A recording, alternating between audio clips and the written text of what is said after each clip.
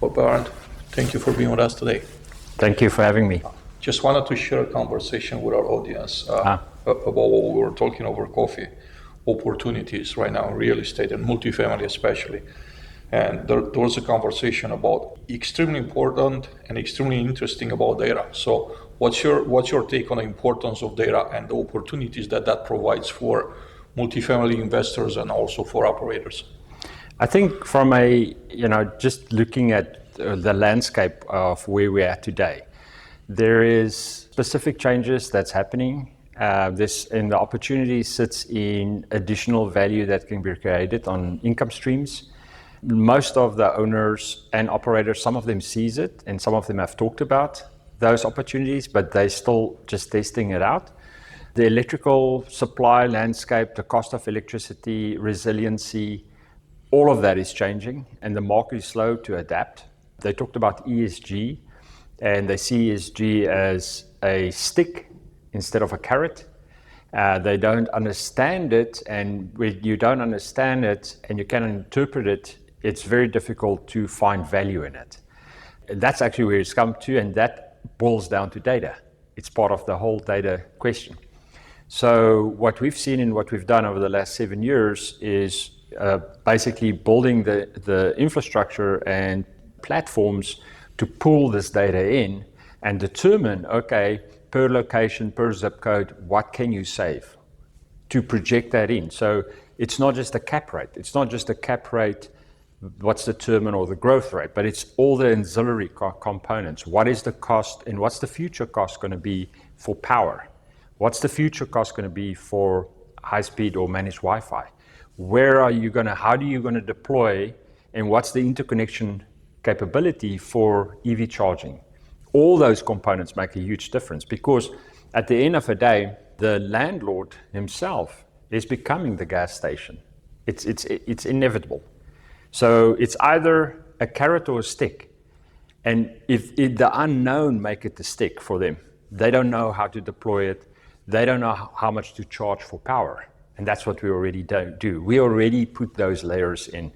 And so for them to do an investment of $2 million into EV, not just 3 stations, but an actual investment, they need to know, are they guaranteed, not even a profit? Are they going to pay for it? Is it an amenity that they provide? Can they charge more rent on it? What are those components? What is the medium income for that area? Can they afford it? So all those components are data.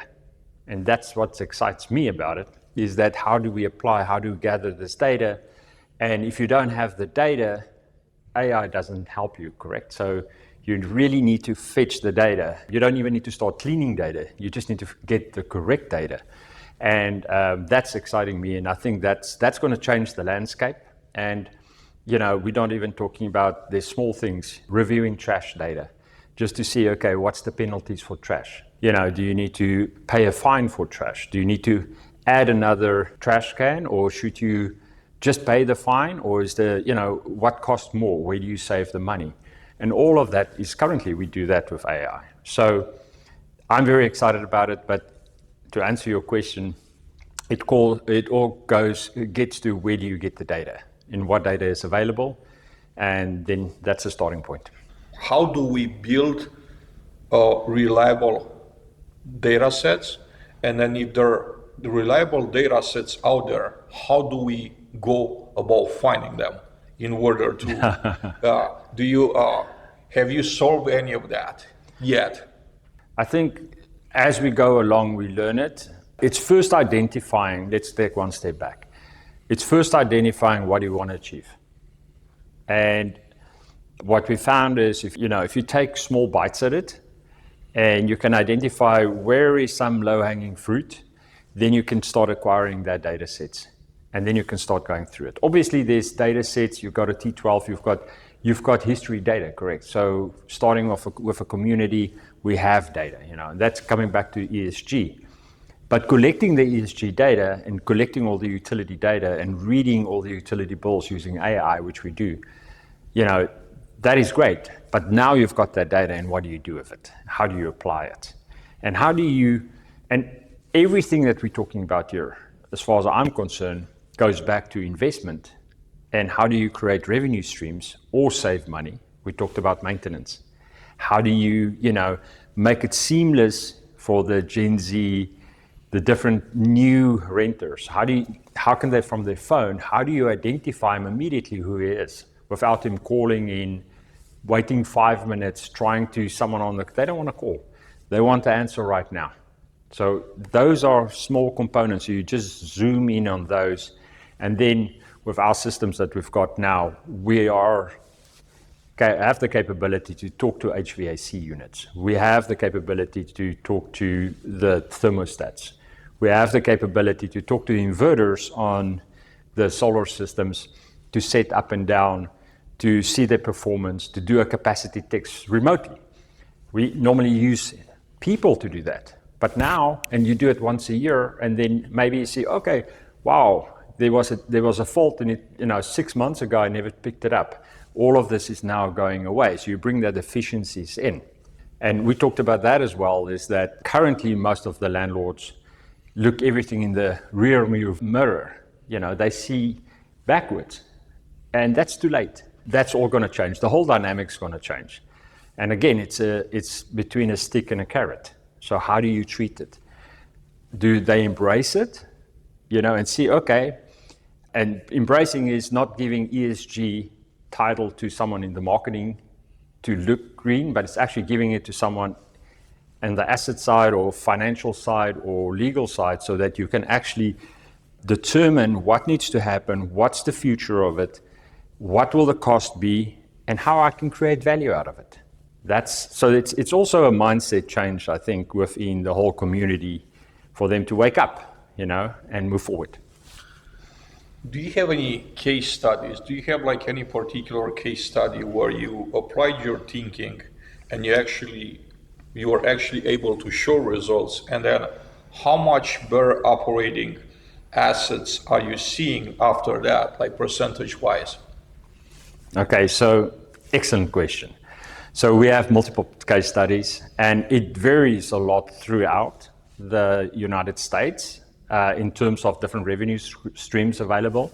And what we've seen is we can add 5 to 20% to a property value, and the owner doesn't even know it. He doesn't know. It's like having a piece of land in Texas, and there's oil underneath your land, and you just don't even know it. All you need to drill is, hey, you need to drill it. We know it. So we know where it sits, because that's what we've been doing for 7 years. And then we know how to manage it, because I think that's the next step. One is knowing. So we can do a roadmap, we can do analysis, indicative, and show the landlord, okay, this is where the value sits in his portfolio. Doesn't matter, Texas, doesn't matter, Northeast, California. It actually varies per zip code and different augmentations of value. It's not just that, it's also then, okay, if you take action, if you say, okay, I get a consultant in, or you work with our company, work with GoGetIt, and we'll help you. If we do that, the next phase is who operates it. Because at the end of the day, all the owners are in the real estate business. They don't want to operate high-speed internet. They don't want to operate, that's what we do. So we can take that and operate it real time, and that's where we use the AI as well. And we'll operate it, and we're not tracking, are they selling power or not? We're actually tracking the financial return of the investment. And that's basically where you get to. What is the projected returns? What's the projected IRR? What was the projected net present value? And you measure it on a monthly basis and make sure that you actually achieve it. And if the asset manager takes that back to the investment committee for new investment and say, hey, we are getting a 15% return, we're getting 20% return on these ancillary income streams, they're going to invest more. Currently, there's that gap. So they do a few pilots, but they don't know how to assess it, they don't know how to manage it. So the investment officer is like, hey, if you don't bring me something concrete, I'm not going to do that. So there's an AI component also built into that, pulling the data, generating the report. Some is AI, some is not. It does. I mean, if the data is there, we can pull a report. But in terms of the interpretation, in terms of suggestions. That's the AI component. And that comes from humans. So you need to understand what you're doing to do that, correct? We were talking about maintenance earlier, and the opportunity, the incredible opportunity for operators and also for owners to look at maintenance as a center of profit, not just like an expense line on a budget. What do you see in a maintenance areas of the business, and where do you see the opportunities? I think the maintenance component is also always pushed up down to the property manager or the property management company. So it's like a black box, So, and I think it's going to change dramatically. And there's a huge component of value, of savings, because it's a line item. How do you reduce it? The way you reduce it is by efficiency. The question is, do you need to do that truck roll? To get someone else out to fix it, it's going to cost you $500 just to mobilize him, $500. So can you, in advance, determine if it's needed or not? Can you reset that switch? We can do that. We actually integrate it into the switches of some of our providers. So if the switch is malfunctioning, we know it before the client actually a wireless, on this wireless device. We know it because we connect it to the device and to the switch. So we can reset the switch and tell the client before the client even falls in a trouble ticket. Hey, there's a problem on the switch, we're resetting it, give us 5 minutes. That's before a truck roll. If it's reset and working, you just save $500. If we can see exactly what's the issue with the unit, the service guy come out of his truck, but he comes out with the correct unit. He knows what unit, what needs to be replaced, or he already knows the diagnostics. He doesn't need to go plug in because we're already connected. It's a game changer. And I think 100%. And that's where we are, that's what we're doing. That is exactly what we're doing. We're still growing. I'm not saying we're perfect, but that's what excites me, is that communication is efficiencies, correct? And then tracking, integrating that to the point of the actual provider of the equipment. So the provider of the equipment also have that information and data. We pull that out, provide it back to him, and he now can analyze, okay, in this type of conditions, his equipment is not performing to the warranty. And how can you work with that? So it's efficiencies. Otherwise, he also gets it a year later. And what happens then? A year later, all the equipment's been underperforming and the property manager has been sending trouble tickets and truck rolls and someone's paying for it. I want to ask you, what are some things that you're looking forward to in our space, in the multifamily space, for the remaining of 2025 and beyond? For 2025, what I'm excited about is we're getting more and more pilots out, pilot systems, integrating all the ecosystem, EV charging, so it's all on one platform. As it's like walking into a hotel. The tenant walks in, as soon as he's checked in, he gets the app on his phone, everything is linked, he can check his bills, he can verify, he can add IoTs from his phone, he can go up and he can start scanning and everything. He can see what's the actual scan, the value of the cost of the power. He can see it. So it's not a black box, it's transparent. That's another point that we can talk about is transparency. This is full transparent. So it's not like there's no gouging. I think, and that's maybe another point we can talk about, because there's no clear path or communication to the owner. It's like a black box between the tenant and the owner. The tenant can feel he's getting gouged. Now he's suing the owner, but the owner doesn't really know what to charge because there's no connection and they're not connected to the equipment to read the cam meter, to know what's the time of use, the 15-minute data, what is the value of the power. If they know that, which we know, you can sell power at a guaranteed value without gouging the tenant. So you can see I'm super excited about this. I think we're changing the way the whole multifamily environment is going to, within the next 5 years, is going to be totally different, much more sophisticated.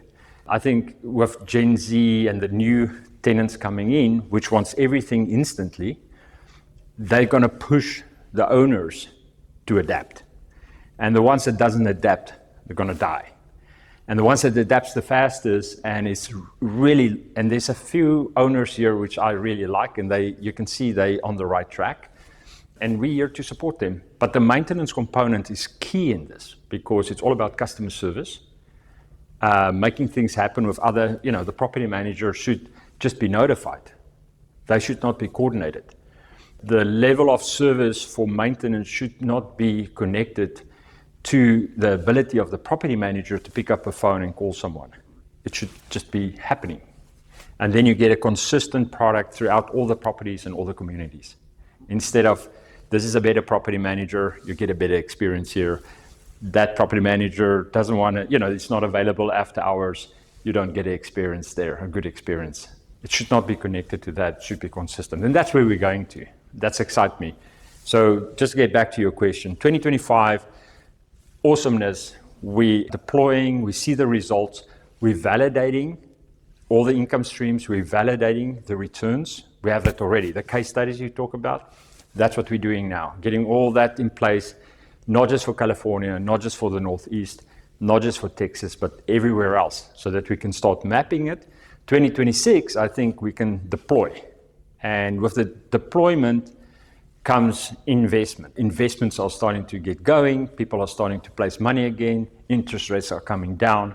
And that will also stimulate the ability of ancillary income and efficiencies on maintenance. Very fascinating. I'd love to have you on a podcast to do a sit down for the entire hour. This is Sorry, barely a lot of information. It's barely scratching the surface. I appreciate you coming in. Thank you so much today with us. Thank you for inviting me.